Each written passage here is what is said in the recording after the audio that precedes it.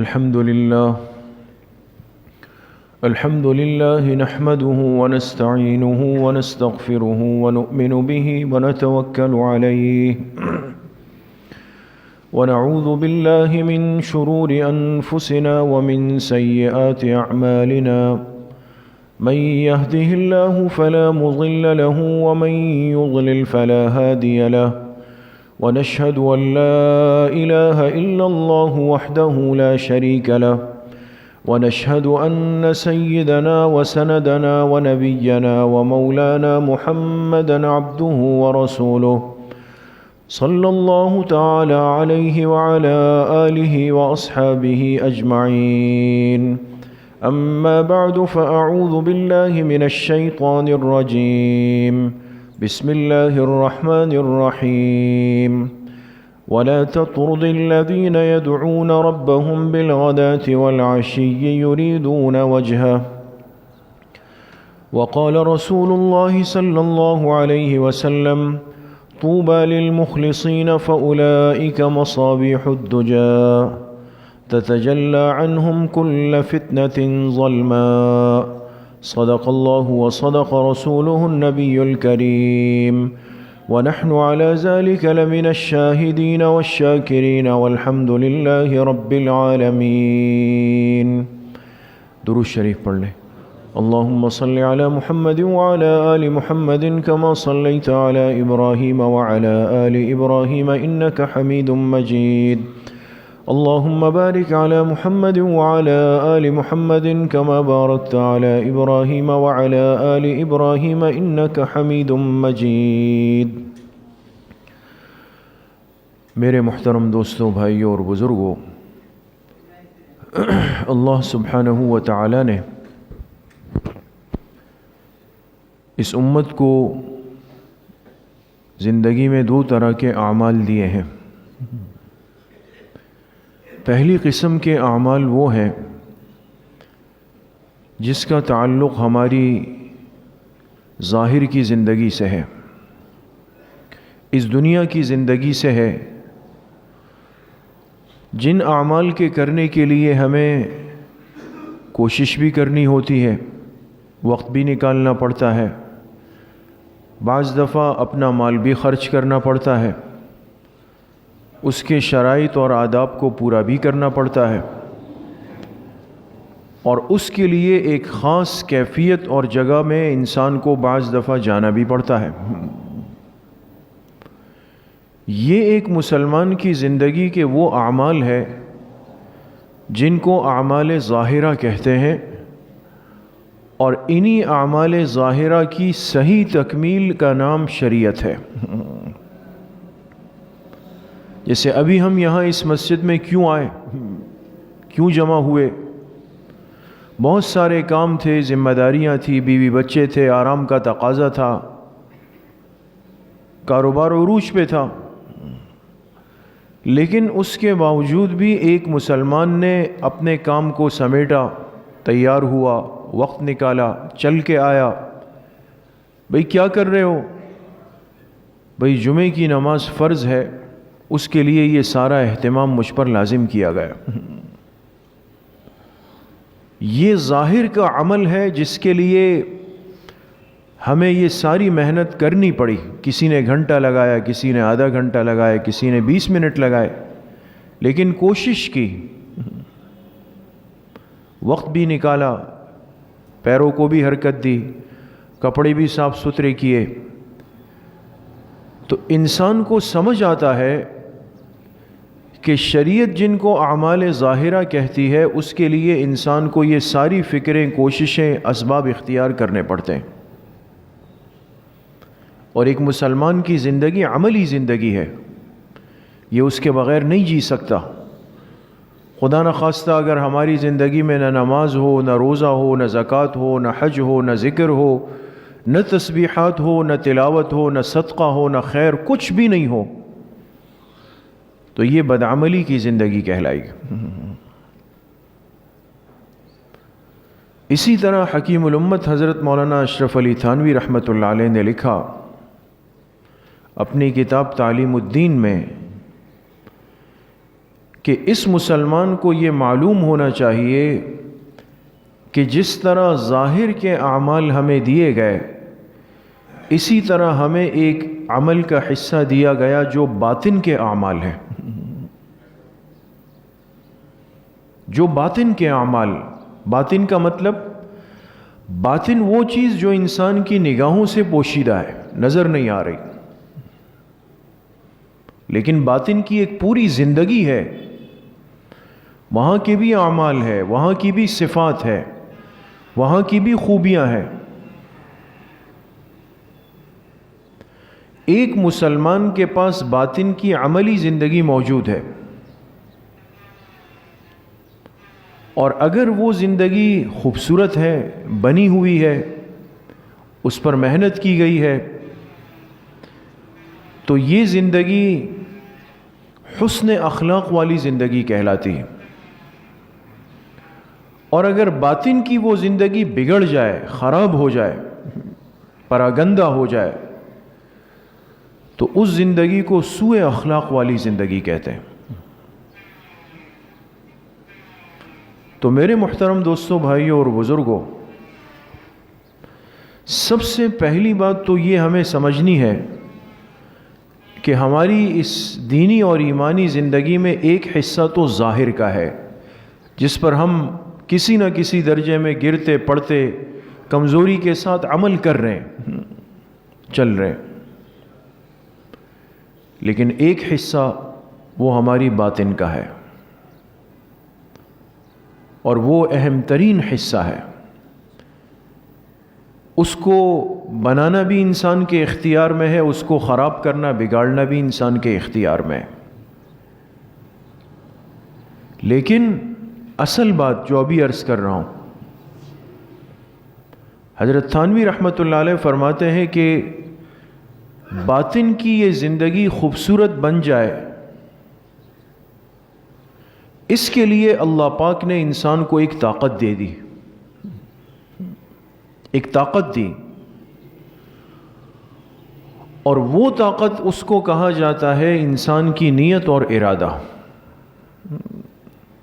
ہم اس کو ایک معمولی سا لفظ، آسان سا 3 حرفی لفظ سمجھ کے گزار لیتے ہیں، اور آج کل تو بہت عام ہے، لوگ اپنے خواہشات اور جذبات اور شہوات کو پورا کرتے ہیں، اور جب کسی کو کہا جائے کہ بھائی یہ غلط ہے، کہتے ہیں نیت صاف ہونی چاہیے، ہے نا؟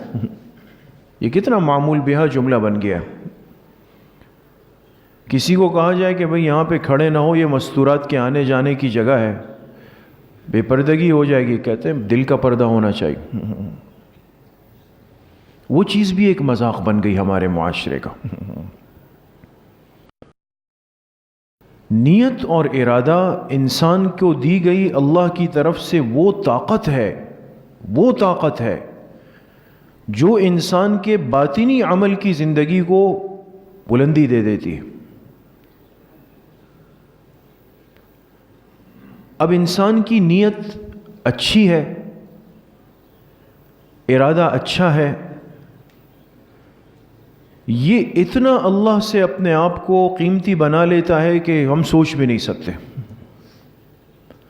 اور اگر اسی انسان کی نیت فاسد ہو جائے، ارادہ خراب ہو جائے، نیت بگڑ جائے، تو یہ اتنا اللہ کے سامنے گر جاتا ہے کہ یہ سوچ بھی نہیں سکتا.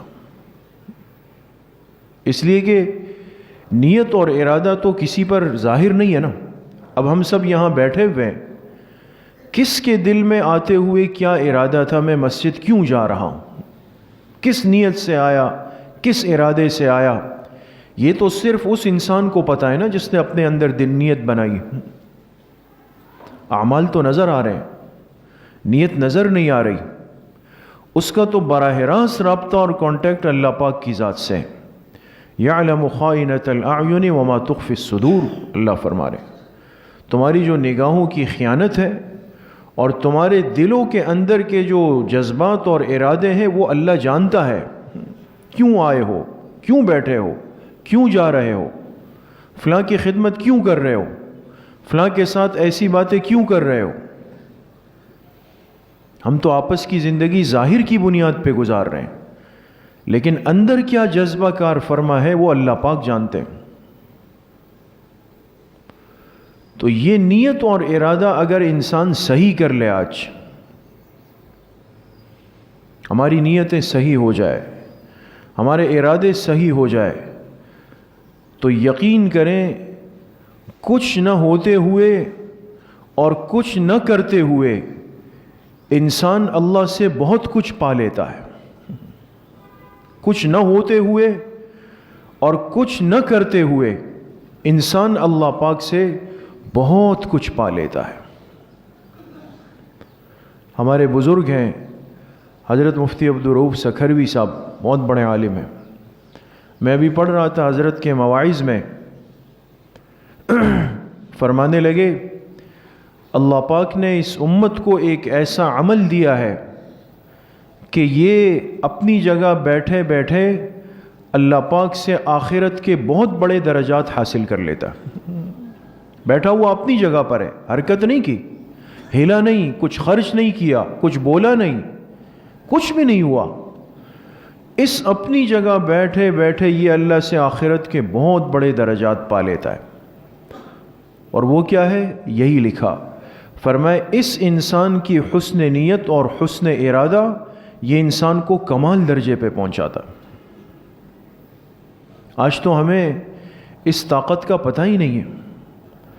ہر انسان، اپنی بات عرض کروں گا، ہر انسان کسی بھی عمل میں آج فاسد جذبات کے ساتھ صبح اٹھتا ہے، فاسد ارادوں کے ساتھ رات کو سوتا۔ کسی کے لیے یہ دل کی دنیا آج صاف ہی نہیں ہو رہی ہے۔ اللہ پاک نے ہمارے لیے بہت آسان فرمایا، بہت آسان کر دیا۔ اس لیے حدیث پاک میں جناب رسول اللہ صلی اللہ علیہ وسلم نے اپنی امت کو سمجھانے کے لیے ایک واضح مثال دی۔ ایک طویل حدیث ہے، اس طویل حدیث کے آخر کا جو حصہ ہے اگر ہم اس کو سمجھ لیں تو انسان کو پتہ چلے کہ اچھی نیت اور ارادے سے انسان کو اللہ کیا مقام دیتے۔ آپ علیہ الصلوۃ والسلام نے فرمایا کہ مال و دولت اور علم کے اعتبار سے اللہ پاک نے 4 قسم کے انسان بنائے۔ مال و دولت اور علم کے اعتبار سے اللہ نے کتنی قسموں کے انسان بنائے؟ 4 قسم کے، 4 قسم کے۔ فرمائے پہلی قسم کا انسان تو وہ ہے جسے اللہ نے دنیا کی مال و دولت بھی دی اور اپنے دین کا علم بھی دیا۔ دیکھیں یہ 2 باتیں جو جڑی ہیں نا، شروع حدیث پڑھتے ہوئے انسان کو سمجھ نہیں آتا کہ اللہ پاک نے اس دنیا کی دولت کو اور دین کے علم کو ایک ساتھ ایک آدمی میں کیوں جمع کرنے کی مثال دی۔ علماء نے لکھا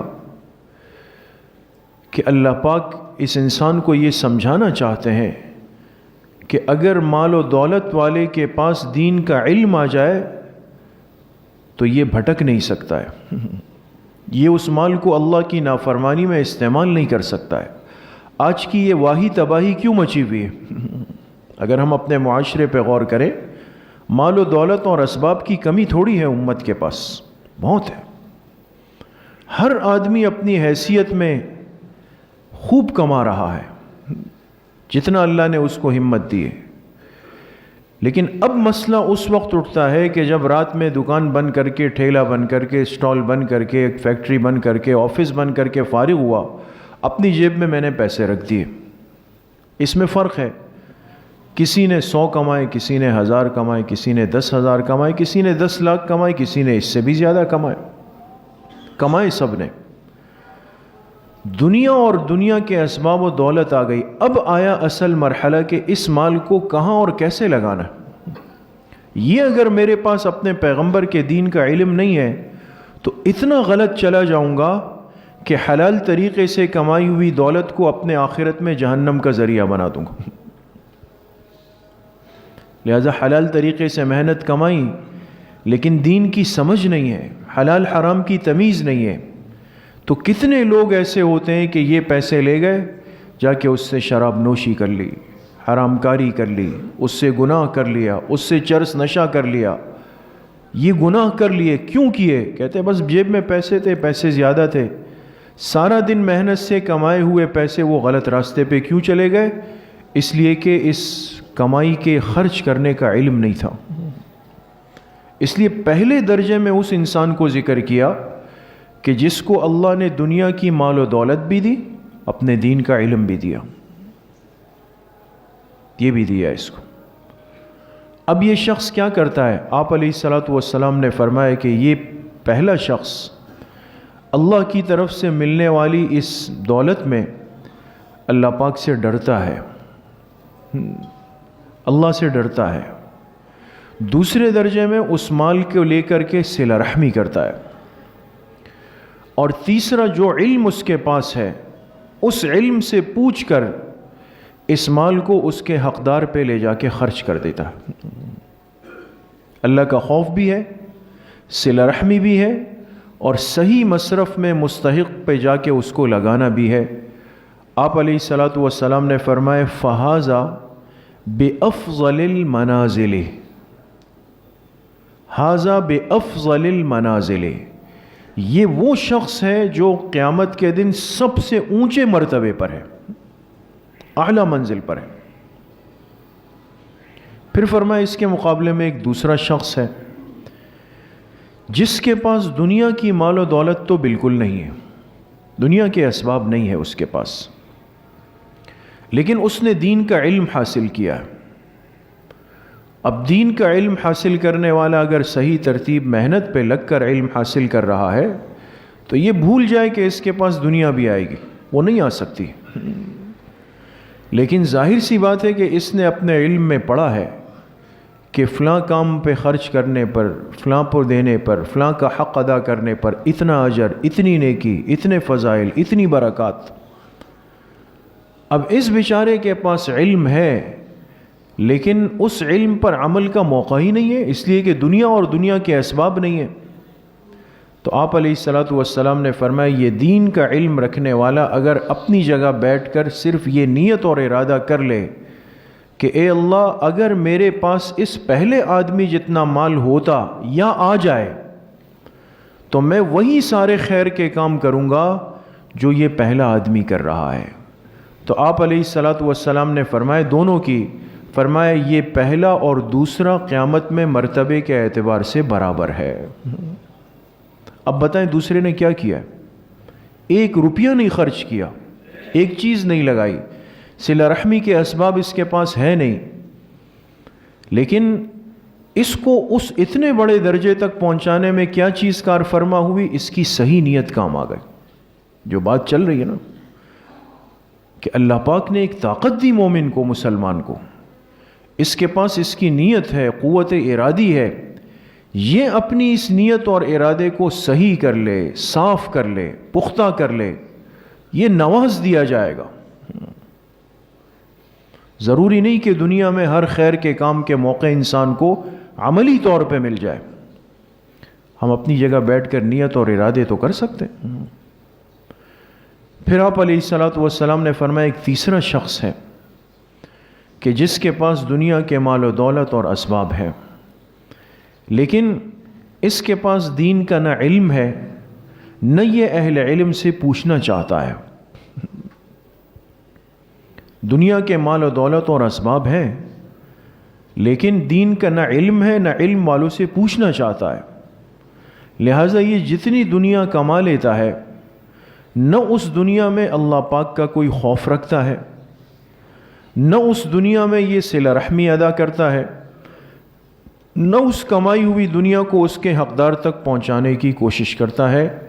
آپ علیہ الصلوۃ والسلام نے فرمایا فہذا بأسوأ المنازل، یہ قیامت کے دن سب سے بدترین مقام پر ہوگا کہ اللہ نے اس کو دنیا دی، ایک نعمت دی، مال و دولت دی، اس کے پاس کتنا موقع تھا، اگر سمجھ نہیں تھی تو سمجھ والوں سے، اہل علم سے، اللہ والوں سے پوچھ کے خرچ کرتا، لیکن اس نے اپنے اس مال کو لے کے غلط راستوں پہ لگایا، گناہ کے کاموں میں لگایا، صلہ رحمی سے دور رہا، تو یہ بدترین مقام پہ چلا گیا۔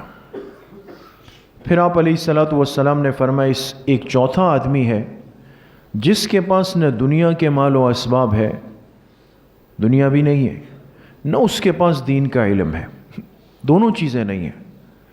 لیکن یہ جب اس تیسرے نمبر کے آدمی کو دیکھتا ہے کہ وہ اتنے گناہ آسانی سے کر رہا ہے، دنیا اس کے پاس فراوانی کے ساتھ ہے، جو دل چاہتا ہے جا کے کر لیتا ہے، یہ اس کو للچائی ہوئی نظروں سے دیکھ کے دل میں کہتا ہے کہ اگر میرے پاس یہ دنیا ہوتی یا آ جائے آگے چل کر تو میں بھی یہ سارے کام کروں گا جو یہ تیسرا آدمی کر رہا ہے۔ تو آپ علیہ الصلاۃ والسلام نے فرمایا یہ چوتھا اور تیسرا قیامت میں دے مرتبے کے اعتبار سے برابر ہے۔ اب چوتھے نے گناہ کیا نہیں ہے، اس لیے کہ اس گناہ کے اسباب نہیں ہے اس کے پاس، لیکن ارادہ اندر کا اتنا پختہ ہے اور اس گناہ والی زندگی پر دیکھ کر اپنی نیت اتنی پختہ بنا رہا ہے کہ اگر مجھے موقع مل جاتا تو میں جا کے سارے کام کر لیتا۔ اتنا بڑا فرق انسان کے نامہ اعمال میں آخرت کے اعتبار سے آ جاتا ہے انسان کی صحیح نیت اور غلط نیت سے۔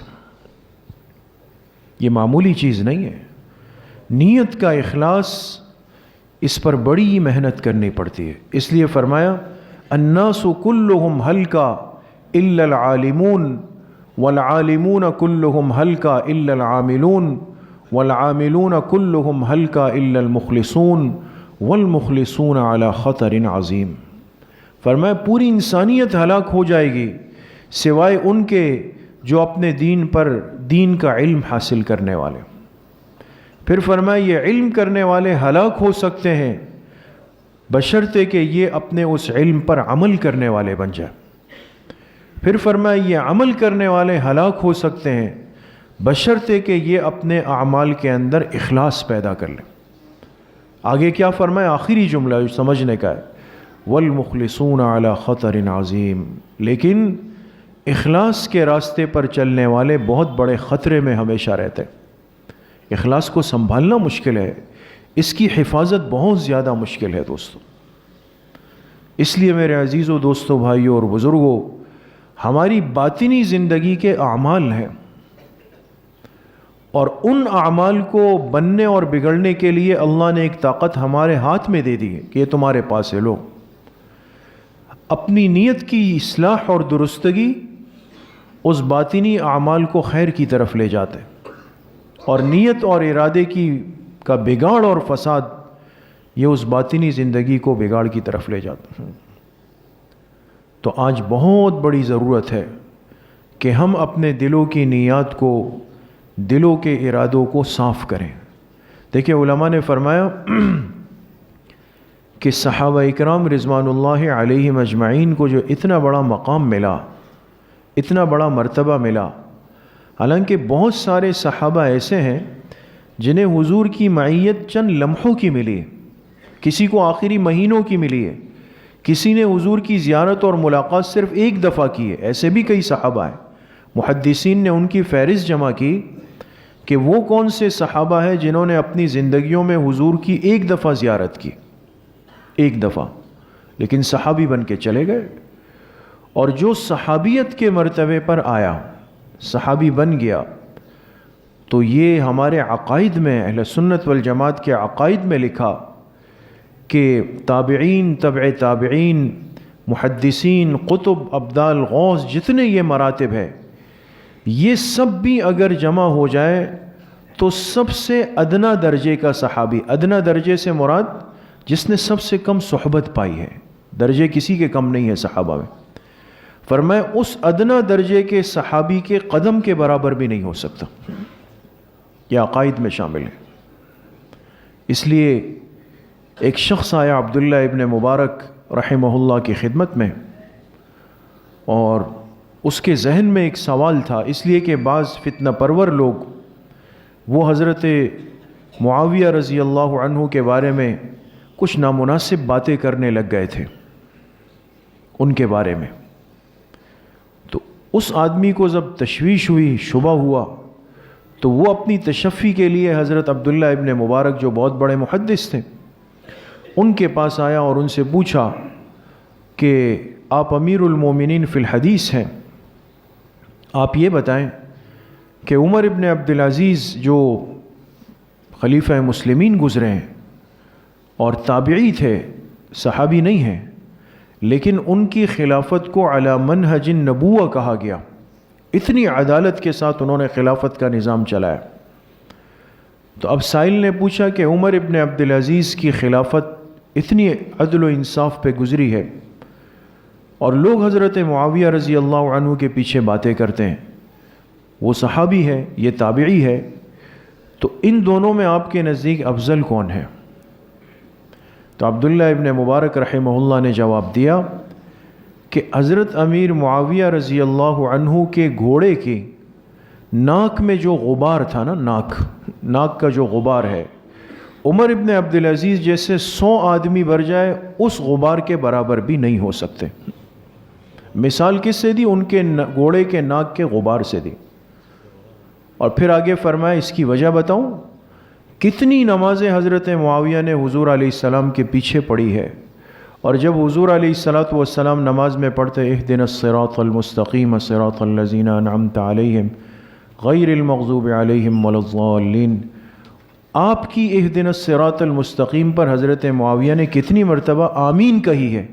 پیغمبر کی دعا پر جو آمین کہنے والا ہو ساری دنیا جمع ہو جائے اس کے ذرے کے برابر بھی نہیں ہے۔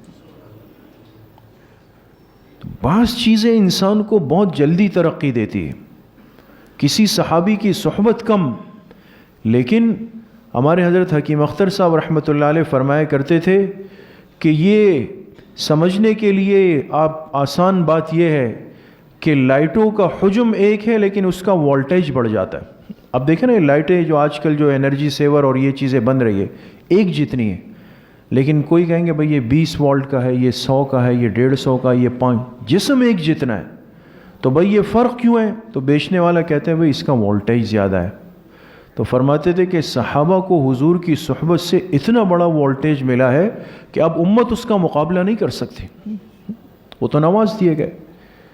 تو یہ نیت ارادہ انسان کا صحیح ہو جائے، یہ صاف ہو جائے، یہ درست ہو جائے، کسی کے پاس جانا ہے، ملنا ہے، ملاقات کرنی ہے، تعزیت کرنی ہے، تسلی دینی ہے، عیادت کرنی ہے، خدمت کرنی ہے، کسی کے ساتھ چلنا ہے، ہنسنا ہے، مسکرانا ہے، یہ سارے یاد رکھیں ہمارے دین کے اعمال ہیں۔ اب میں کس نیت سے کر رہا ہوں اور کس ارادے کے ساتھ یہ سب کام پورے کر رہا ہوں، اگر یہ صحیح ہو، اس میں کوئی فاسد نیت نہ ہو کہ کام جو میرا ہنسنا بولنا بیٹھنا تسلی دینا ہے یہ مجھے قیامت کے دن اتنا نواز دیں گے کہ ہم سوچ بھی نہیں سکتے، اور اگر یہ چیزیں فاسد ہو جائے، خراب ہو جائے، تو چاہے پھر انسان کسی کے ساتھ جا کے مسجد میں بیٹھ جائے، اس پہ ظاہر یہ کرے کہ میں اس کے غم میں برابر کا شریک ہوں، لیکن اندر کا دل وہ نہیں کہہ رہا ہے، اندر کی نیت وہ نہیں ہے، اس سے بڑی تباہی اس انسان کے لیے نہیں۔ اللہ پاک مجھے بھی آپ سب کو صحیح عمل کی توفیق نصیب فرمائے۔ الحمدللہ رب العالمین، والصلاة والسلام على سید الانبیاء والمرسلین سیدنا و مولانا محمد وآلہ واصحابہ اجمعین۔ یا اللہ یا ارحم الراحمین، ہمارے صغیرہ کبیرہ ظاہراً باطناً ہر طرح کے گناہوں کو معاف فرما دے۔ یا اللہ پوری امت کے گناہوں کو معاف فرما دے، اپنی رضا والی زندگی نصیب فرما دے، نفس اور شیطان کے وساوس سے ہماری حفاظت فرما دے۔ یا اللہ اپنی معصیت سے، اپنی نافرمانی سے، اپنی ناراضگی سے ہماری حفاظت فرما دے۔ حضور علیہ السلام کی صحیح اور سچی محبت نصیب فرما دے، پوری زندگی اتباع سنت میں گزارنے کی توفیق نصیب فرما دے۔ جتنے بیمار گھروں میں ہیں، اسپتالوں میں ہیں، اس مجلس میں ہے، یا اللہ سب کو شفائے کامل عاجل نصیب فرما دے۔ جتنے پریشان حال ہے، جس قسم کی پریشانیاں ہیں، یا اللہ سب کی پریشانیوں کو ختم فرما دے۔ جتنے مرحومین مرحومات دنیا سے جا چکے ہیں، سب کی مغفرت فرما دے۔ ہم سب کا خاتمہ بالایمان و بالخیر نصیب فرما دے۔ ہماری دعاؤں کو اپنے فضل و کرم سے، فضل و رحمت سے اپنی بارگاہ میں قبول اور منظور فرما دے۔ صلی اللہ وسلم علی نبینا محمد وآلہ وصحبہ اجمعین برحمتہ۔